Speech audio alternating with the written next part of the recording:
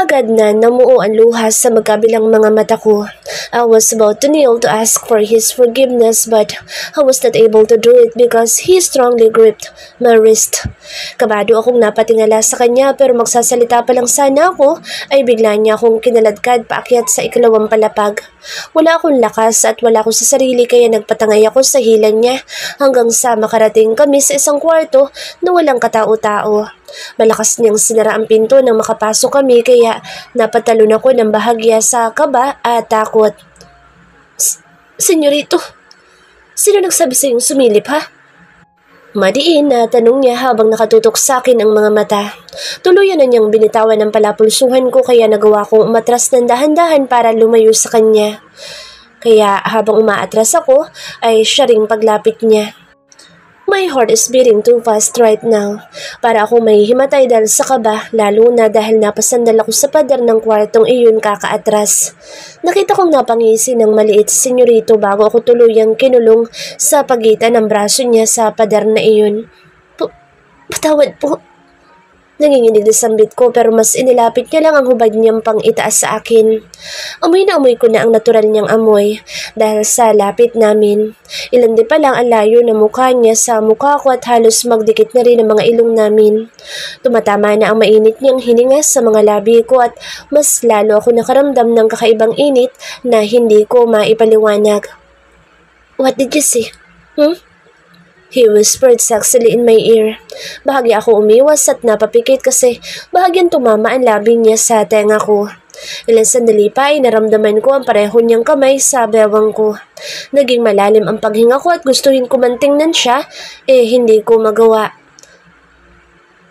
Senyorito, mahinang sabi ko pero matunog lang siyang umisi. Hindi pa siya nakontento sa lapit namin kasi mas lalo niya pa akong inilapit sa kanya. Halos gustuhin ko nang tumagos sa pader sa sobrang pagsiksik ko para lumayo lang sa kanya. Tuluyan nang nawala sa isip ko ang mga nasaksihan ko kanina sa kwarto niya nang hindi sinasadya. Ang tanging laman na lang ng isip ko ay ang kakaibang init na hindi ko alam kung ano at hindi ko alam kung saan nagmumula. You are Faith, right? Malambing na bulong niya sa kabahagyan lumayo. Akala ko'y pakakawalan na niya ako kaya iminulat ko ang mga mata ko. His dark pair of eyes welcomed me. Mas lalong nanginig ang tuhod ko nang makita ang nakangiti niyang mukha. Galing sa mukha niya unti-unting bumaba ang tingin ko sa hubad niyang pang itaas. I swallowed hard when I saw sweats forming on his hairy chest. Eyes, up here. Biglang sabi niya kaya nalalaki ang mga mata ko na patingin sa mukha niya na parang tuwang-tuwa na sa ngayon. Dahil sa sobrang lapit namin, naninag ko na mas maigi ang mukha niyang sobrang kinis. Forget what you saw. Sabi niya kaya napaawang ang mga labi ko bago dahan-dahan na tumango. Para ako nahihipnotismo sa mga oras na ito nang hindi ko alam. Po, aligagang tanong ko habang lumilikot ang mga mata. Gumalaw siya palayo sa akin. Akala ko aalis na siya ng tuluyan pero mas nagulat ako dahil sa isang galaw niya ay nalapit na niya ang bumukha niya sa pangako. Napasingap ako dahil doon ay kaagad akong napahawak sa dibdib niya para sana itulak siya pero nang tumama ang mainit niyang hininga sa bandang leeg ko ay tuluyan akong nakaramdam ng panghihina. Imbes na itulak siya ay napahigpit na lang ang kapit ko sa dibdib niya para kumuha ng lakas. Para niya akong tinutokso sa paglakbay ng ilong niya mula sa panga hanggang sa leeg ko. Wala sa sarili naman ako napaliyad kaya kumasya ang buo niyang mukha sa leeg ko at napigil ko ang hininga ko nang nakadama ko ng malambot na bagay sa leeg ko. Nagsitayo ang lahat ng balahibo ko sa katawan dahil doon. Alam ko ang ginagawa niya. He's planting small kisses on my neck. You smell so good, he whispered while kissing my neck.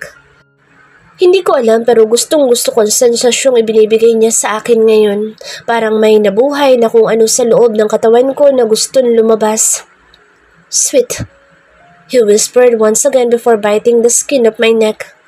Hindi ko na napigilan na umungol dahil sa ginawa niya.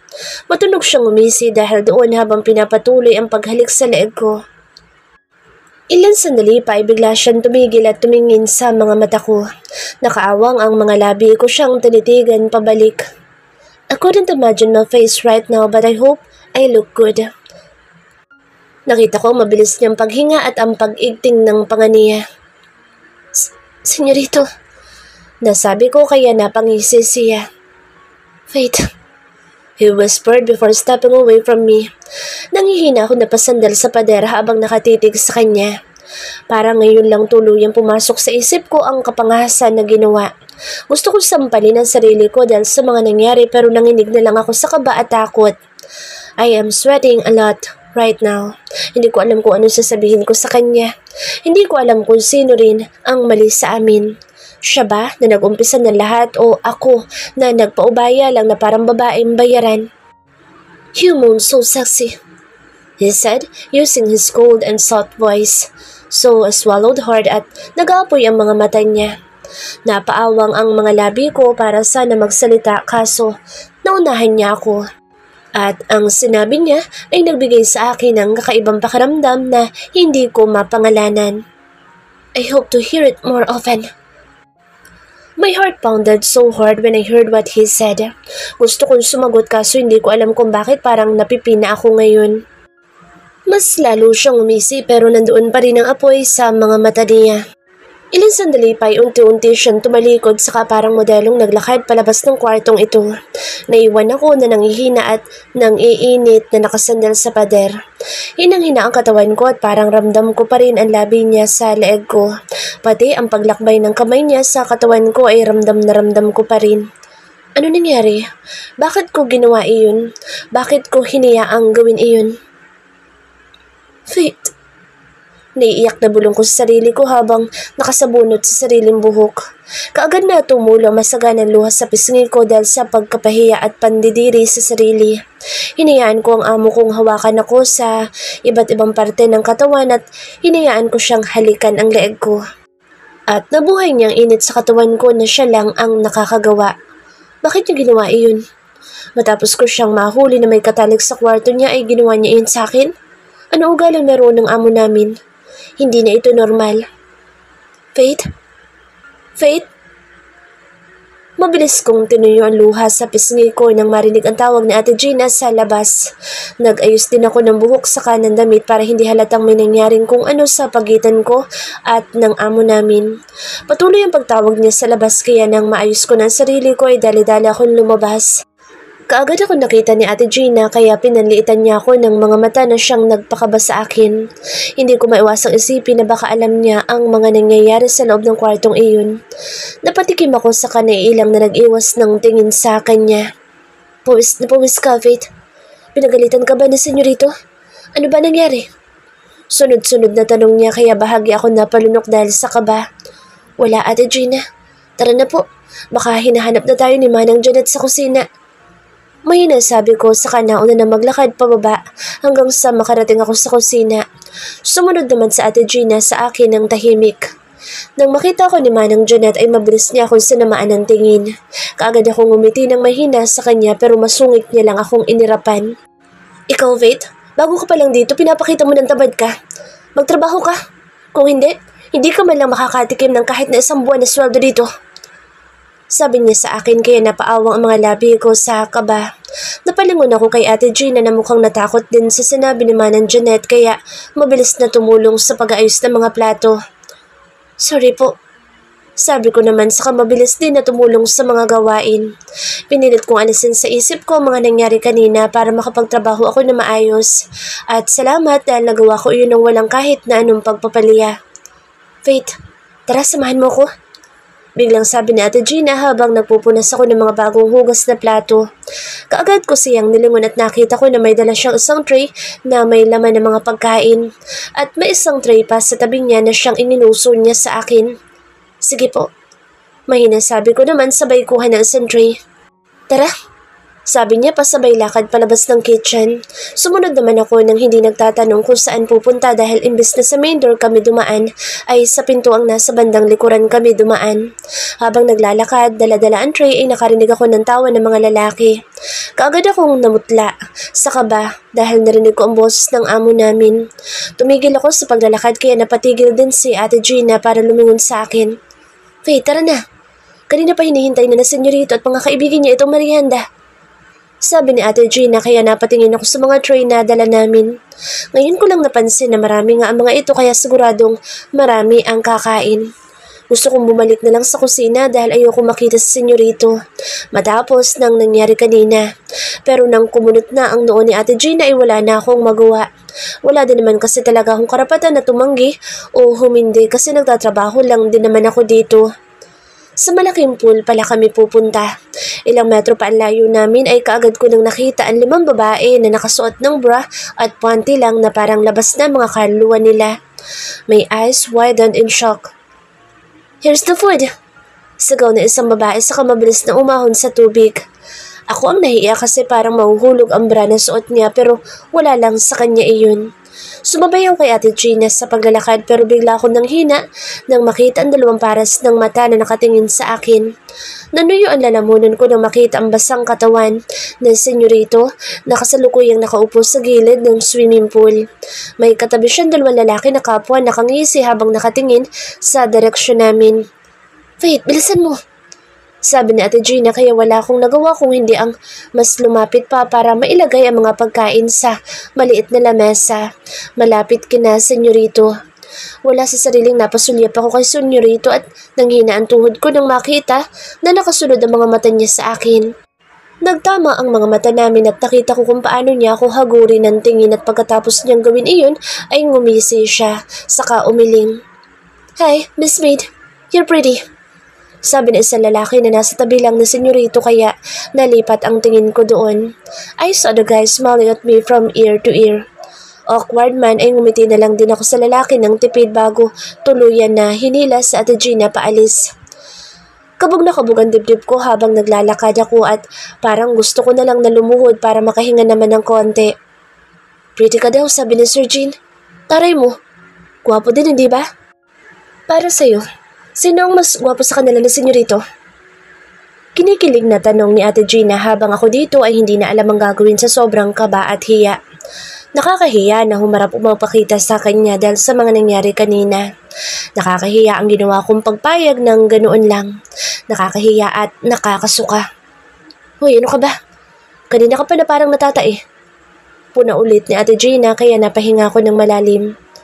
"Ate Gina, nahihiya kasi ako," sabi ko, pero tumawa lang siya ng malakas. Saka siya na mismo ang humila sa akin pabalik sa kusina. Nagpadala naman ako sa hila niya habang humihinga ng malalim. Kailangan ko nang ayusin ang trabaho ko dahil dito nakasalalay ang pag-aaral ko pati na rin ang panggamot ni nanay. Kailangan ko nang umayos. Tumulo ako sa kusina at sa muling paghatid ni Ate Gina sa mga merienda ay si Tia Mila na ang sumama at hindi na ako na siyang ikinasaya ko naman kasi ayaw ko makita si Senyorito. Habang naglilinis ako ng mga plastic na siyang lalagyan ng mga niluto kanina ay umalis si Manang Janet at Ate Andeng kaya naiwan ako mag-isa. Napakagat ako sa ibabang labi ko habang ingat na akong hindi makasagi ng kahit na anong gamit kasi lahat ay babasagin. Habang nagpupunas ng tira-tirang sauce sa island counter ay bigla akong napatili at napatalon sa gulat nang makaramdam ng isang kamay sa bewang ko. Nalalaki ang mga mata kong nilingon kung sino iyon at nang makita ang nakangising amo ay tila nawala ng kulay ang buong mukha ko. "Senyorito!" Gulat na sabi ko sabay layo, kaya mas lalo siyang ngumisi na parang tuwang-tuwa. Manipis na shorts lang ang suot niya ngayon at wala nang iba. Basang-basa din siya at may tuwalyang kulay itim na nasa balikat niya. His hair is a bit messy and his eyes are red. Bigla niya akong hinigit at pinasandal sa island counter. Nanlaki ang mga mata ko kasi ikinulong niya naman ako sa gitna ng mga braso niya. I immediately pushed him and I am so proud of myself for doing that. He laughed sexily when I did that, pero unti-unting nawala ang tawa niya at napalitan ng seryosong muka. Bahagyan niya akong hinagod ng tingin mula ulo hanggang paa bago bahagyang hinawakan sa bewang. "Huwag kang pupunta sa pool." Seryosong sabi niya kaya napalunok ako sa kaba. Sobrang lakas ng tibok ng puso ko at posibleng naririnig niya ito ngayon. Ang mas lalo ko pang ikinagulat ay ang mabilis na paghalik niya sa leeg ko na tila 1 segundo lang. Matapos iyon ay umalis na siya ng kusina at mag-isa kong iniwan habang nakatulala. "What's that?" "Bakit siya ganyan?" Wala sa sariling bulong ko habang nakatingin sa pintong dinaanan niya. "Wait, bakit hindi mo pa naliligpit ang mga kalat?" Napatalon ako sa gulat na magsalita si Manang Janet sa tabi ko. Pinanliitan niya ako ng mga mata kaya dali-dali kong naligpit ang kalat para hindi niya ako pagalitan lalo. Nanginginig ako habang mabilis na nagliligpit at nanlalamig din dahil sa kaba. Halo-halo ang emosyon ko ngayon at kahit ako mismo ay nagtataka. Natatakot ako sa mga nangyari dahil posibleng pinaglalaruan ako ng amo namin. At natatakot din ako sa sarili ko dahil hindi ko ito magawang kontrolin. Hindi ko alam ang mga gagawin ko. Hindi ko alam. Matapos ko maglinis sa kusina, inutusan ako ni Manang na pumunta malapit sa garden para kumuha ng basket na gagamitin niya daw. Kita ang swimming pool mula dito kaya napatitig muna ako saglit kasi nandyan pa rin silang lahat. Hindi ko alam kung bakit bigla ko napaatras ng konti para magtago sa malaking halaman nang makita kong pinulupot na senyorito ang braso niya sa bewang na isang babae na nakasuot ng kulay dilaw na bra at panty. Dikit na dikit ang mga katawan nila sa isa't isa at tumatawa pa ng bahagya ang babae. Nanuyo ang lalamunan ko dahil doon. Para akong sinampal sa katotohanan na ito nga pala ang mga ugali ng mayayaman na nababasa ko sa mga libro noon. Mga mapaglaro. So, is this normal to him? Bakit pati ako nakatulong? Mabilis akong bumalik sa kusina, dala ang puso na sobrang lakas ng kabog. Pagpasok ko sa kusina ay hindi sinasadyang nabagsak ko ang basket sa island counter kaya lahat ng mga kasamahan kong katulong ay napatingin sa akin. Faith, mag-ingat ka. Mabilis na sabi ni Tia Mila kaya bigla akong bumalik sa matino kong pag-iisip. Sorry po. Sabi ko sabay ko sa basket at maayos ito ipinatong sa tabi ni Manang Jeanette na kunot ang noo habang nakatingin sa akin na parang anumang oras ay pagagalitan niya ako. Kayo, huwag kayong pakalat-kalat malapit sa swimming pool. Gina, pagsabihan mo mga hardinero na huwag lumapit sa swimming pool para hindi makastorbo kina senyorito at mga kaibigan niya. Hindi natin gusto na mapagalitan tayo lahat. Seryosong sabi niya kaya napalunok ako. Sige po, Manang Jeanette. Sagot ni Ate Gina saka mabilis na lumabas ng kusina para pagsabihan ang mga hardinero na siyang iniutos ni Manang Jeanette. Dahan-dahan ako lumapit sa malaking refrigerator. Akmang bubuksan ko iyon para sana kumuha ng tubig na maiinom kaso nakita ko nakatitig si Tia Mila na mukhang nagtataka. Kaya napatayo na lang ako ng tuwid bago ngumiti sa kanya ng maliit.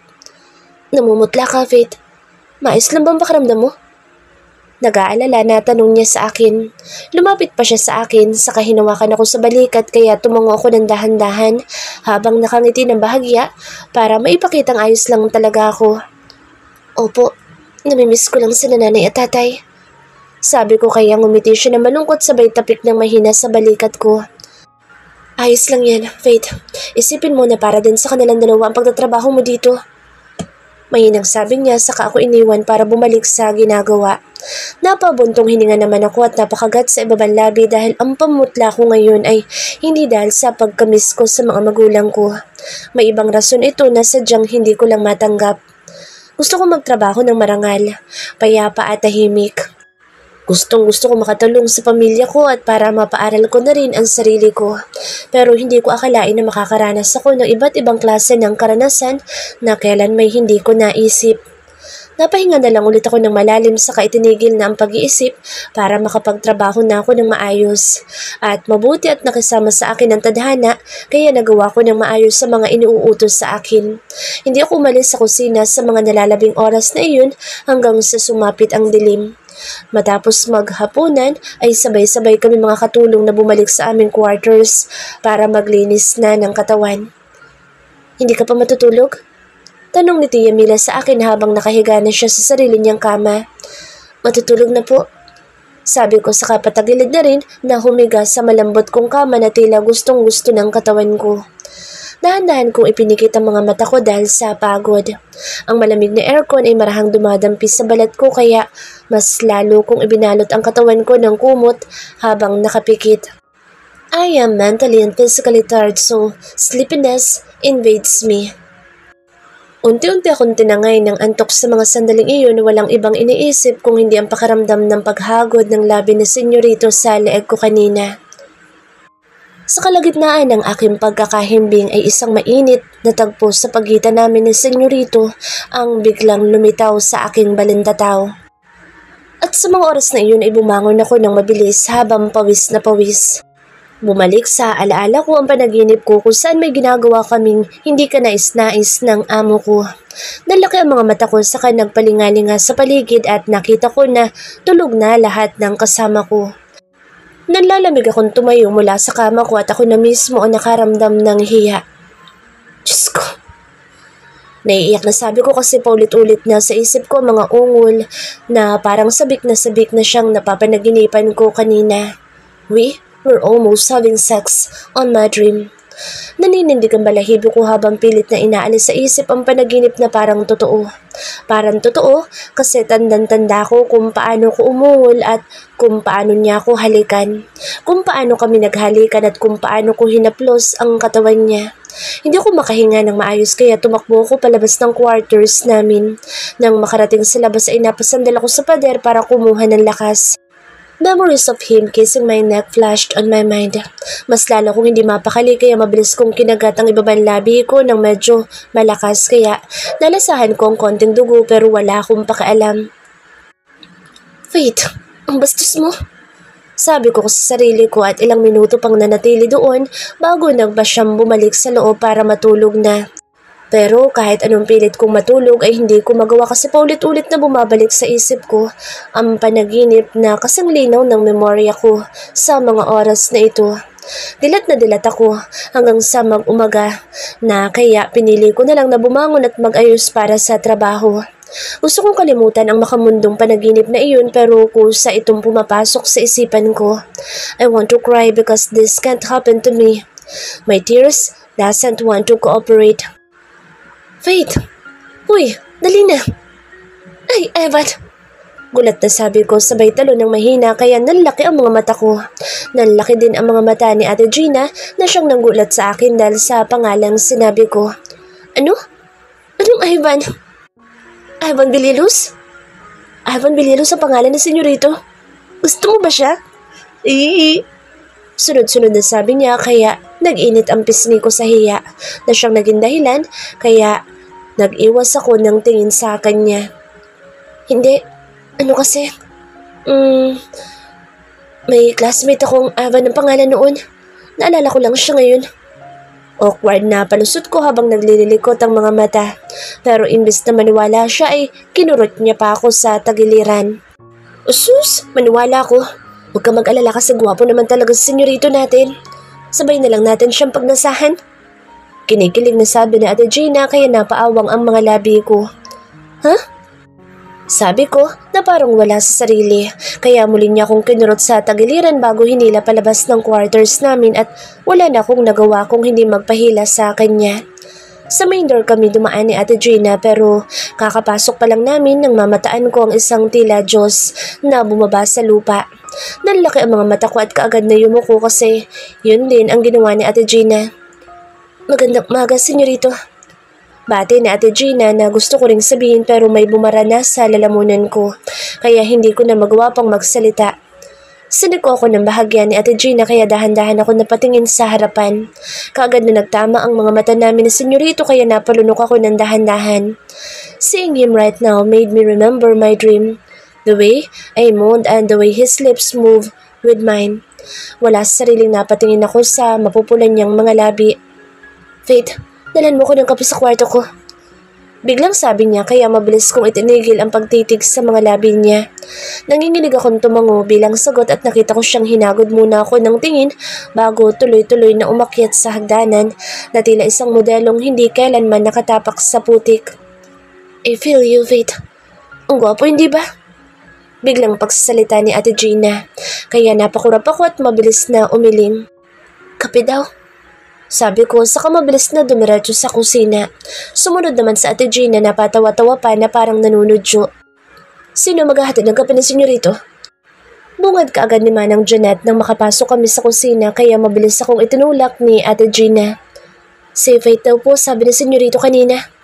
Sabi ni Ate Gina sa tonong nanunudyo kaya napalunok ako ng mariin bago dahan-dahan na kinuha ang kapeng ihahatid ko. Mag-ingat ka, huwag kang lampa. Masungit na sabi ni Manang Janet sa akin. Opo. Sabi ko sa kamaingat na naglakad dala-dala ang kape. Habang umakyat ako sa hagdanan ay hindi ko maiwasan na kabahan ng sobra-sobra. At nang tumapat na ako sa pinto ng kwarto niya ay kaagad akong inubusan ng hininga. Senyorito, nandito na po ang kape niyo. May inantawag ko sabay katok ng 3 beses. Walang sumagot mula sa loob kaya muli akong kumatok pero wala pa rin. Naalala ko ang sinabi niya na ayaw niyang may pumapasok nang hindi nagpapaalam sa kwarto niya. Kaya akmang bababa na ako nang bumukas bigla ang pintuan ng kwartong nasa harap ko. Pagkabukas ay tumambad kaagad sa mga mata ko ang lalaking tanging tuwalya lang. Sa ibang bahagi ng katawan lang ang suot. Mukhang katatapos nilang maligo kasi basa pa ang buhok pati na ang katawan niya. Napatitig ako sa dibdib niyang mabuhok pati na rin sa hulmado niyang tiyan. "Eyes up here," sabi niya kaya nalalaka ang mga mata ko na patingin sa mukha niyang nakangisi. Kape po." Tarantang sabi ko sabay lahad ng kape na kinuha niya kaagad kaya mabilis akong tumalikod para umalis na pero natigilan ako sa sunod na narinig galing sa kanya. "I dreamed of you last night. You're moaning and panting under me." That was his exact words, and it made me feel weak. Napanaginipan niya rin ako? "Excuse me po." Dali-dali kong sabi sa kapatakbo na bumaba sa hagdanan habang patuloy na iniisip ang mga sinabi niya. Kung ganoon ay napanaginipan niya ako? At anong ginagawa namin sa panaginip niya? Gulong-gulong isip ko at ayokong magulo pa ito lalo sa mga oras na ito.